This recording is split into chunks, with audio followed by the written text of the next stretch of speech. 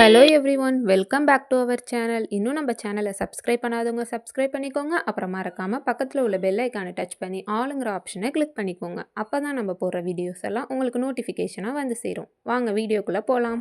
இன்றைக்கான கிளாஸில் என்ன பார்க்க போகிறோன்னா, ஃப்ரேமில் எப்படி கிளாத்தை ஃபிக்ஸ் பண்ணுறது, ப்ளஸ் நீடியில் எப்படி ஹேண்டில் பண்ணுறது, ப்ளஸ் அதோட செயின் ஸ்டிச், இதெல்லாம் தான் இந்த கிளாஸில் கவர் பண்ணியிருக்கோம். இதில் உங்களுக்கு ஹோம்ஒர்க்கும் நான் கொடுத்துருக்கேன். அதை நீங்கள் போட்டு எனக்கு ஃபோட்டோ காப்பியை குரூப்பில் சென்ட் பண்ணணும். ஃபஸ்ட்டு நம்மளோட 18 இன்ச் ஃப்ரேம் இருக்கும்ல, அதை எடுத்துகிட்டு அந்த ரிங்கை தனியாக கழட்டிட்டு அதில் அந்த நாப் இருக்க ரிங்கை தனியாக வச்சுருங்க. இன்னொரு ரிங் இருக்கும்ல, அது மேலே நம்ம எந்த கிளாத்தில் ஒர்க் பண்ண போகிறோமோ அந்த கிளாத்தை கரெக்டாக வச்சுட்டு அதுக்கு மேலே அந்த நாப் வச்சுருக்கோம்ல ரிங்கு, அந்த ரிங்கை எடுத்து நீங்கள் அதில் ஃபிக்ஸ் பண்ணுற மாதிரி இருக்கும். அந்த ரிங்கில் வந்து ஸ்க்ரூ இருக்கும்ல, அது வந்து உங்களுக்கு அட்ஜஸ்டபிள் தான். உங்களுக்கு டைட் பண்ணுற அளவுக்கு டைட் பண்ணிக்கலாம். இல்லை எனக்கு லூஸாக எனக்கு வந்து கிளாத்தில் சரியாக ஃபிக்ஸ் ஆகலை அப்படின்னா அதை நீங்கள் கொஞ்சம் லூஸ் பண்ணி அதுக்கு ஏற்ற மாதிரி ஃபிக்ஸ் பண்ணுற மாதிரி இருக்கும். அதை பார்த்துக்கோங்க. இப்போ வந்து என்னோடய கிளாத்து லூஸாக இருக்குங்கிறனால என்னால் முடிஞ்ச அளவுக்கு அந்த இதை வந்து நான் டைட் பண்ணிக்கிறேன். நீங்களும் அதே மாதிரி கிளாத்தை ஃபிக்ஸ் பண்ணிவிட்டு உங்களால் எந்த அளவு முடியுமோ அந்த அளவுக்கு அந்த நாபை டைட் பண்ணி வச்சுக்கோங்க.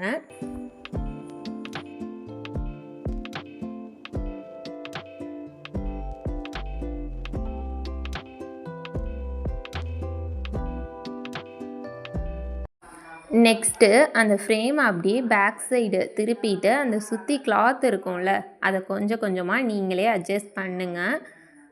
ரொம்ப வேகமாக பண்ணிடாதீங்க, ஏன்னா அது தனியாக ஃப்ரேமில் இருந்து கழண்டு வர வாய்ப்பு இருக்குது. ஸோ பொறுமையாக பண்ணுங்கள்.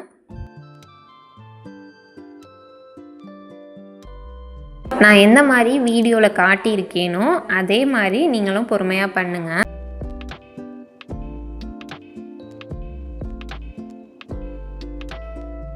ஃப்ரண்ட் சைட் திருப்புறப்ப இந்த அளவுக்கு கிளாத் உங்களுக்கு ஃபிட்டாக இருக்கணும். அப்போ தான் நம்ம ஒர்க் பண்ணுறப்ப நீட்டாக இருக்கும். நெக்ஸ்ட்டு நம்ம நீடில் ப்ராக்டிஸ்க்கு போகலாம். நீடில் பொறுத்த வரைக்கும் அந்த நம்மளோட 4 ஃபிங்கர்ஸ் நான் பிடிச்சிருக்கேன்ல, அந்த இடத்துல நீங்கள் நீடில் பிடிச்சிட்டு நம்மளோட தம் ஃபிங்கரை வச்சு அதை ஹோல்ட் பண்ணணும். நான் இப்போ பஞ்ச் பண்ணுறேன் பாருங்கள், அதே மாதிரி தான் நீங்களும் கிளாத்தில் பஞ்ச் பண்ணி பார்க்கணும். நீடில் எப்போதுமே அந்த 90 டிகிரியில் தான் இருக்கணும். 90 டிகிரினா அந்த செங்குத்துன்னு சொல்லுவாங்களா, அந்த இதில் தான் இருக்கணும். ஏன்னா அப்போ தான் நீங்கள் வந்து த்ரெட் வச்சு ஒர்க் பண்ணுறப்பையாக இருக்கட்டும், பீடு வச்சு ஒர்க் பண்ணுறப்பையாக இருக்கட்டும், அது உங்களுக்கு கரெக்டாக இருக்கும். அதே மாதிரி எக்காரணத்தை கொண்டும் கிளாத்தில் உங்களோட கையை நீங்கள் வைக்கவே கூடாது. ஏன்னா அப்படின்னா உங்களோட கிளாத் வந்து லூஸ் ஆக ஆரம்பிச்சிடும். ஸோ இந்த மிஸ்டேக்கை நீங்கள் பண்ணாதீங்க. நெக்ஸ்ட்டு நம்ம செயின் ஸ்டிச்சுக்குள்ளே போகலாம். செயின் ஸ்டிச்சை பொறுத்த வரைக்கும் ஒரு நார்மல் மிஷின் த்ரெட் ஃபஸ்ட்டு எடுத்துக்கோங்க. அதில் ஒரு எட்ஜை எடுத்துகிட்டு நான் நாட் போடுறேன்ல, அதே மாதிரியும் நீங்கள் போட்டுக்கலாம். இல்லை உங்களுக்கு எந்த மாதிரி நாட் போட வருதோ அந்த மாதிரி நீங்கள் நாட் போட்டு வச்சுக்கோங்க.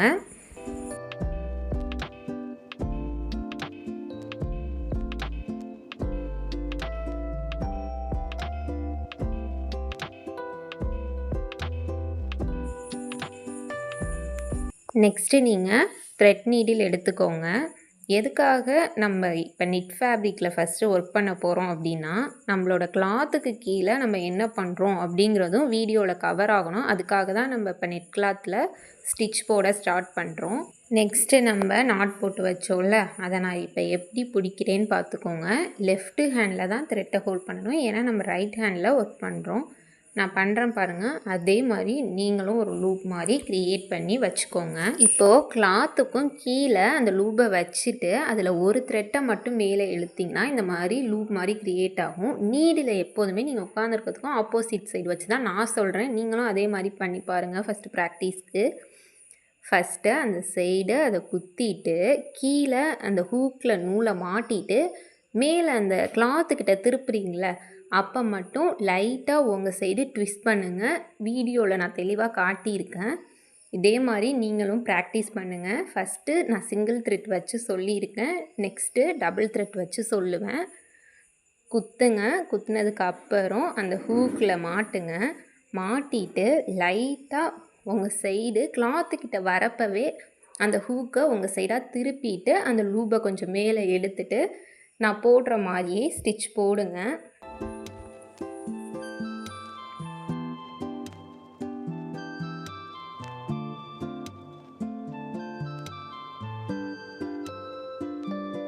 நம்ம வச்சுருக்கோம்ல நார்மல் கிளாத்து, அதில் இந்த செயின் ஸ்டிச்சை எப்படி போடுறது அப்படிங்கிறத சொல்கிறேன்.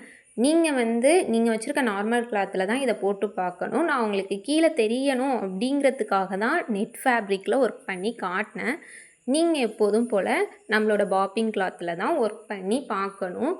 ஃபஸ்ட்டு நீடில் ஆப்போசிட் சைடு குத்தணும். குத்திட்டு கீழே ஹூக்கில் அந்த த்ரெட்டை மாட்டணும்.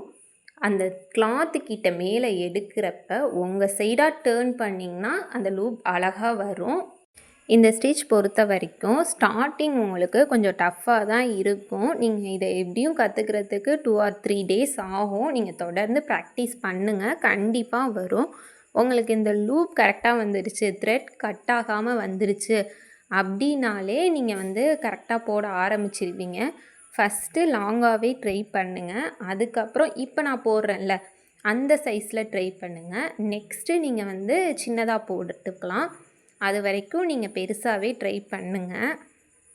இது வரைக்கும் நம்ம சிங்கிள் த்ரெட் வச்சு பண்ணிகிட்ருந்தோம். இப்போ டபுள் த்ரெட்டில் எப்படி ஒர்க் பண்ணுறதுன்னு பார்ப்போம்.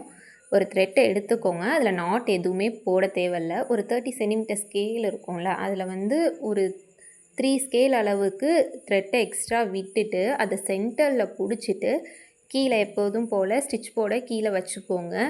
ஃபஸ்ட்டு நீங்கள் எடுக்கிறப்ப அதில் சிங்கிள் லூப் தான் வரும்.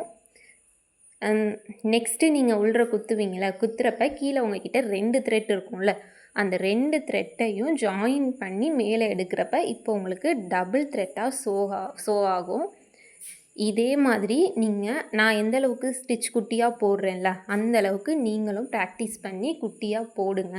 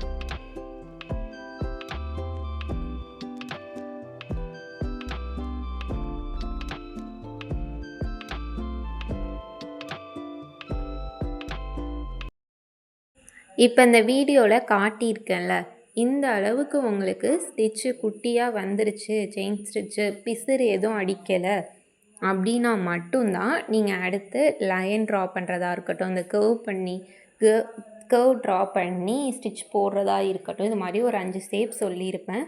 அந்த ஸ்டிச்சுக்குள்ளே நீங்கள் போக முடியும். ஸோ இதை பார்த்துக்கோங்க. நெக்ஸ்ட்டு கீழே இருந்து ஒரு லூப் எடுக்கணும். எடுத்துட்டு அதை கொஞ்சம் லாங் லூபாக எடுத்துக்கோங்க. எடுத்துகிட்டு அதை கட் பண்ணி விட்டுருங்க. ஏன்னா நம்ம இன்னும் எண்ணாட் போடலை. இதே மாதிரி தான் நீங்கள் அந்த 6 ஷேப்ஸுக்குமே பண்ணணும். ஏன்னா அது முடித்ததுக்கப்புறம் தான் நான் உங்களுக்கு எண்ணாட் சொல்லி தருவேன். அதை பார்த்துக்கோங்க.